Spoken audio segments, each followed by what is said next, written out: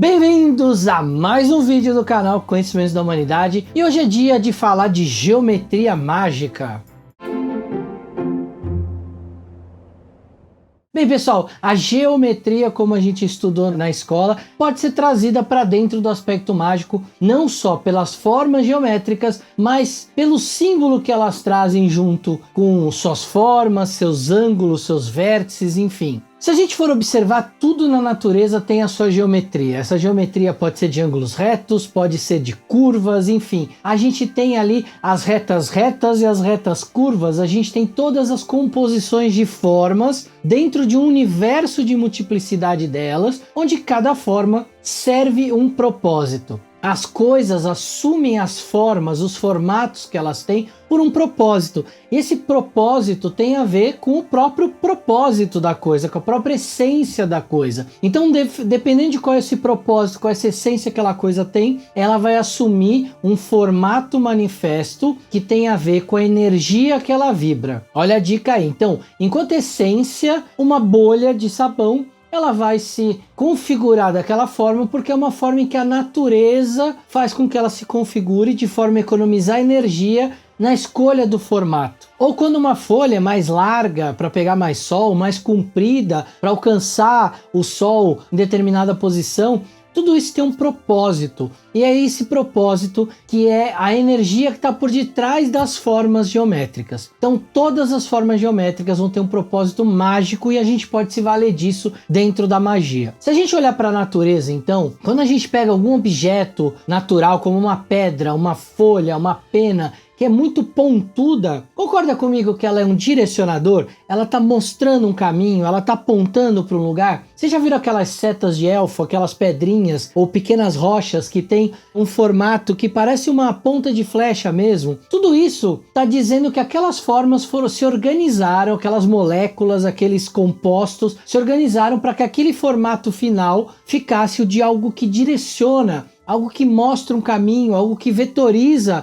uma direção que a gente vai seguir. A mesma coisa com as formas que são maiores, mais largas, por exemplo, uma rocha mais comprida, mais plana, ou uma folha mais comprida, a gente vai começar a olhar que essas formas geométricas, elas são concentradoras. Pega uma folha, por exemplo, dessas redondas, e joga água nela para você ver como a água vai ficar empoçada ali no meio. Então isso dá uma dica que ela concentra energia, ela consegue trazer essa energia para um centro, concentra. Ao mesmo tempo que uma pedra grande comporta que a gente coloque coisas em cima dela, ela serve como base, como algo que sustenta, ou seja, algo que concentra uma energia nela, ela consegue distribuir pelo tamanho que ela tem, então ela consegue suportar aquilo. Isso vale também quando a gente está pensando em fazer uma magia que a gente quer ou direcionar uma energia ou que a gente quer concentrar uma energia, que a gente quer que aquela energia que a gente precise, por exemplo, para nos mover em direção a um projeto.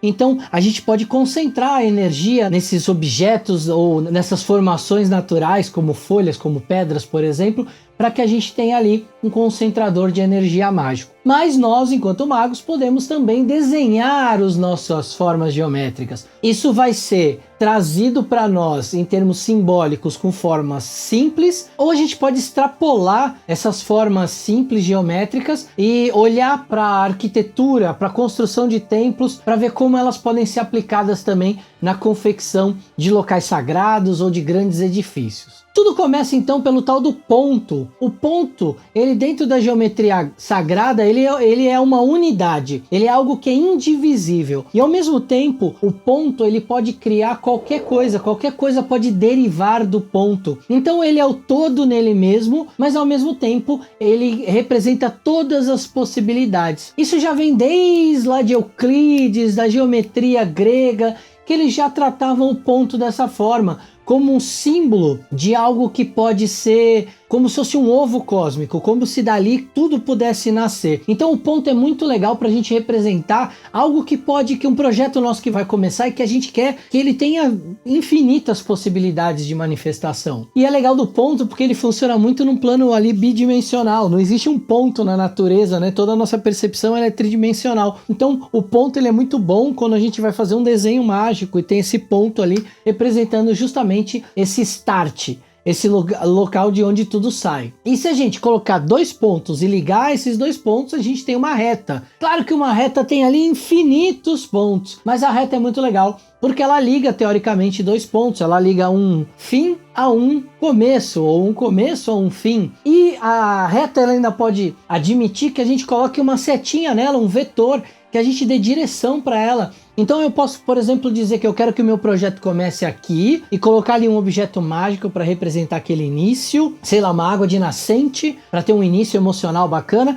e no final eu colocar ali uma pedra, por exemplo, para representar essa manifestação do meu objetivo final, e eu coloco essa reta com o vetor mostrando que nasce aqui e termina aqui. E aí, se a gente coloca um terceiro ponto e liga os 3, o que que a gente tem? A gente tem um triângulo. Esse triângulo pode ser isósceles, escaleno, pode ser equilátero, não importa o triângulo que você vai ter. Mas o triângulo, por ter 3 lados, ele sempre vai direcionar. Ele sempre vai ser algo que vai de uma base direcionar para um dos vértices. E você pode, se for um triângulo equilátero, por exemplo, você pode, com uma seta no centro, dizer para onde está indo essa energia, de que base ela sai e para onde ela está caminhando. Então, se você combinar vetor com o triângulo, você consegue direcionar uma energia. E aí essa base pode ter uma energia legal, cada vértice ali do triângulo pode ter uma energia diferente, de repente 2 energias que convergem para uma terceira que vai ser o objetivo. Use e abuse do triângulo como forma geométrica mágica. Depois do triângulo, se a gente coloca mais um ponto ali, o que que a gente tem? Um quadrado. O quadrado, então, vai ser a forma geométrica que vai nos remeter à estabilidade. Qualquer lado que você vire o quadrado, ele fica estável. Pense num concentrador de energia que traz as coisas para uma estabilidade. Se a gente extrapolar um pouco e for ao cubo, o cubo tem 6 lados, ou seja, o 6 é o número da perfeição, o 6 ligado à estabilidade, o equilíbrio da estabilidade, o equilíbrio da perfeição, o equilíbrio do masculino e do feminino. Quando a gente pensa no 3 e no 3, a gente já vai falar um pouco do hexagrama, vai entender melhor. Bem, mas voltando ao quadrado, se eu quero então que a minha vida se torne estável, que a minha vida se torne economicamente estável, emocionalmente estável, eu posso usar um quadrado como figura mágica para isso, ou pegar uma pedra, por exemplo, que tem o formato de um cubo e colocar a intenção naquela pedra, que ela se torne a partir daquele momento o símbolo da minha estabilidade em algum aspecto que eu quero. E aí eu posso associar elementos mágicos a isso. Posso associar uma água para trazer uma estabilidade emocional, trazer uma outra pedra para trazer um outro tipo de estabilidade ali dentro do meu processo manifesto, de repente uma pedra sedimentar, que meus projetos vão passando por etapas, mas sempre etapas com uma base sólida e equilibrada. Avançando agora, vamos falar do pentagrama ou do pentágono, ou seja, algo que tem 5 lados. E esses 5 lados, eles vão estar muito relacionados ao ser. Lembra do homem vitruviano? Lembra lá do ser que se torna uma estrela porque ele abre as pernas e os braços? Esse pentagrama, esse pentágono, ele vai ser uma forma geométrica direcionadora porque ela é ímpar. Agora você já começa a perceber que o triângulo é ímpar, o pentágono é ímpar, o quadrado é par, o hexágono é par. Então, quando a gente fala de par, a gente está falando de concentrar energia. Quando a gente está falando de ímpar, a gente está falando de direcionar energia. Então o pentágono é um grande direcionador de energia do ser. É como se eu direcionasse ou direciono energia para o ser, representado naquela magia por um pentagrama, ou eu direciono uma energia do ser para o mundo de fora, para o mundo externo. E aí a gente tem o hexagrama, que eu já citei aqui, que nada mais é do que 2 triângulos, um triângulo em cima, um triângulo embaixo. Ele tem 6 lados. Então ele é concentrador. Esse triângulo superior, o triângulo masculino, o triângulo inferior, o triângulo feminino, no sentido, né, de estar voltado para baixo e para cima. Então a expansão, a restrição, a espada, a taça. E aí o hexagrama, ele simboliza esse casamento entre o princípio masculino, o princípio feminino, também simboliza a nossa essência, simboliza a estrela de Davi, o selo de Salomão, enfim, todos símbolos relacionados ao equilíbrio, ao casamento alquímico, ao equilíbrio da nossa essência. Então o hexagrama, ele é muito legal para poder representar pra gente esse equilíbrio do nosso princípio masculino com o nosso princípio feminino, do nosso ser e da nossa essência. A gente também pode falar do círculo. O círculo tão usado na magia como proteção, ou seja, uma forma concentradora, porque o círculo tem ali o seu centro, então tudo tende a esse centro do círculo, mas o círculo ele serve como uma forma geométrica em que ele te isola. Se você ficar dentro do círculo, você está protegido do lado de fora. Muito comum a gente ver em filmes que falam de magia, o magista traçar o círculo em volta dele, colocar às vezes sal grosso ali, que é um bom protetor para não entrar energias interferentes, e ele fazer aquela magia dentro do círculo, se protegendo de todas as influências que estão ali fora. Ou quando você faz uma evocação, ou seja, evoca ali um ser ali da parte externa e faz um círculo para que aquele ser seja evocado no círculo e que ele não possa sair do círculo sobre nenhuma hipótese, porque de repente ele pode fugir, ou ele pode fazer o mal, ou ele pode tentar te atacar astralmente de alguma forma. Então o círculo ele serve muito como uma forma de proteção. A gente também pode trazer aqui para a geometria sagrada os sólidos de Platão. Então Platão trouxe esse conhecimento para a gente, que na verdade são poliedros que são formados por faces, arestas e vértices. A gente tem alguns, e Platão, por intuição, por formato ali, por ele sentir na hora que aquilo fazia mais sentido, ele associou cada um desses poliedros ou desses sólidos a um dos 4 elementos que a gente conhece, terra, fogo, água e ar, e também ele associou ao éter, que seria a quinta essência, seria a nossa essência, o que está fora dos 4 elementos. Então ele associou a solidez da terra com o cubo. A gente já falou do cubo, o cubo está associado com essa estabilidade que a terra traz. Associou o arco octaedro, associou a água com o icosaedro e associou o fogo com o tetraedro. Bem, segundo Platão, então, o tetraedro ele tem aquele formato meio afiado, agudo, e aí por isso ele lembra o fogo, aquela coisa que queima, que pinica, que é aguda. A gente tem o ar como octaedro, porque para ele é formado por minúsculos componentes que eram muito suaves, que mal podiam ser sentidos. Tinha aí uma questão não só de observação, mas de como isso era sentido na mão. E aí vem a água, que é tão importante, porque o icosaedro, ele parecia que ele fluía na sua mão, porque é como se você sentisse pequenas bolinhas, como se fossem gotas. Por fim, a gente vai ter o quinto sólido de Platão, que vai representar o elemento éter, seria o nosso ser supremo, nosso ser divino, o que nos conecta com Deus, que é o dodecaedro. Platão observou o seguinte, que Deus usou essa forma geométrica para organizar as constelações do céu inteiro. E aí a gente ainda tem uma definição depois de Aristóteles, dando o nome de éter, batizando então esse quinto sólido de éter, ou em grego aether. Então convido você a estudar um pouco mais sobre os sólidos de Platão para ver como é que você pode trazer os 4 elementos e a quinta essência como representantes dentro de um processo mágico. Ainda dentro da geometria sagrada a gente pode falar da tal da proporção áurea, que ficou super famosa porque ela é usada em um monte de lugares diferentes, inclusive na natureza. Essa proporção áurea ou razão áurea, o termo técnico dela seria uma constante real algébrica irracional. Olha só,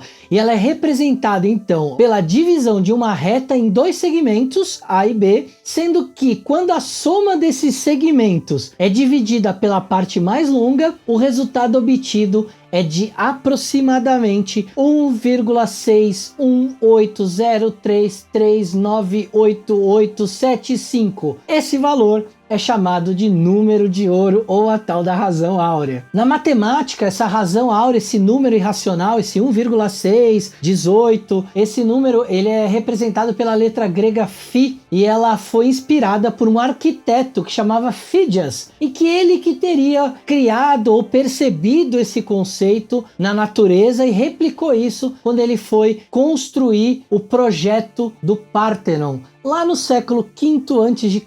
Mas ela não parou por aí. Vários templos gregos, vários templos sagrados foram construídos usando esse número irracional, essa proporção áurea. E teve mais um cara que se valeu dessa proporção para desenvolver uma teoria, que é o matemático italiano Leonardo Fibonacci. Você já deve ter ouvido falar daquela sequência numérica infinita que a gente tem essa divisão de um termo pelo outro que dá os 1,6180, ou seja, o número de ouro. Então lembra, 1, 1, 2, 3 e vai subindo aquela escala da sequência de Fibonacci. Se você vai dividindo ali um pelo outro, a ideia é que dê esse número 1,618,0 e assim por diante, que é o número de ouro. Aí você deve estar se perguntando, mas Léo, além do Parthenon, além de algumas construções, onde mais ela aparece? Bem, na publicidade ela é muito comum. Se você jogar aí construção de logotipos num site de busca, você vai ver que vários logos, como por exemplo o da Apple, foi construído em cima de uma sequência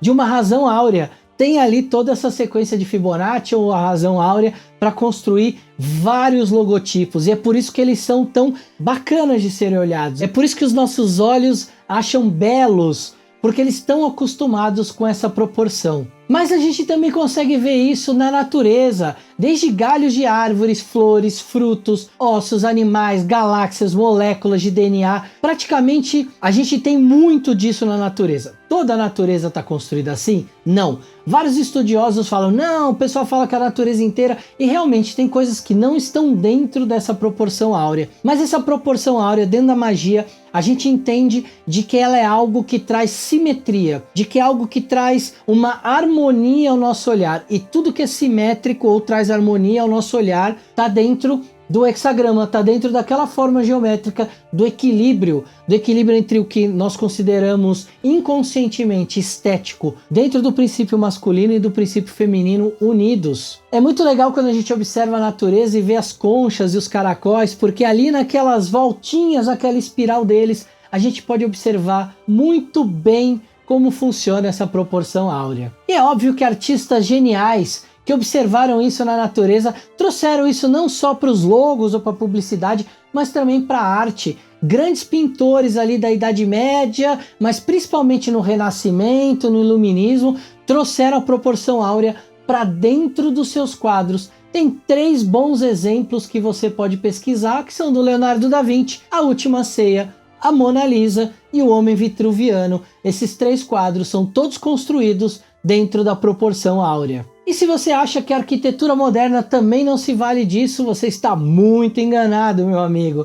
A arquitetura contemporânea, ela ainda se vale disso. Existem vários arquitetos que usam esse conceito dentro de suas obras, e é muito legal destacar um cara que é o Le Corbusier. Ele desenvolveu um sistema de proporções baseado nesse número, nessa proporção áurea, chamado modulor. Esse sistema desenvolvido por ele projetava a proporção das alturas baseada na proporção áurea.